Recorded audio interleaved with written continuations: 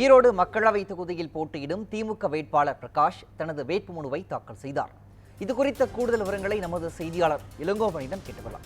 இளங்கோவன் வணக்கம். ஈரோடு மக்களவை தொகுதியில் போட்டியிடும் திமுக வேட்பாளர் பிரகாஷ் தனது வேட்புமனுவை தாக்கல் செய்திருக்கிறார். இது தொடர்பான விவரங்கள்.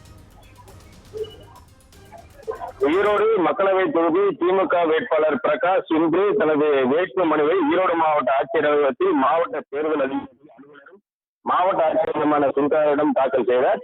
தமிழகம் முழுவதும் திமுக வேட்புமனை தாக்கல் செய்ய வேண்டும் திமுக தலைவர் கழகம் உத்தரவிட்டது. அதன்படி இன்று காலை முதல் திமுக வேட்புமனை மக்களவை தொகுதிக்கான வேட்புமனை தாக்கல் செய்து வருகின்றனர். அதன் ஒரு பகுதியாக இன்று ஈரோடு பாராளுமன்ற தொகுதி வேட்பாளர் பிரகாஷ் மாவட்ட ஆட்சியரும் மாவட்ட தேர்தல் அலுவலர் ராஜகோபால் சுந்தராவிடம் இன்று தனது வேட்புமனுவை தாக்கல் செய்தார். முன்னதாக இன்று காலை மாவட்ட ஆட்சியர் அலுவலகத்துக்குள்ளே வரும்போது போலீசார் கடுமையான சோதனைக்கு உட்படுத்தப்பட்டு உள்ளே அனுமதிக்கப்பட்டனர். இந்த நிலையில் அதிமுக மறுத்தெடுத்து தனது வேட்புமனுவை தாக்கல் செய்ய வைக்கிறார். விவரங்களை வழங்கியமைக்கு நன்றி இளங்கோவன்.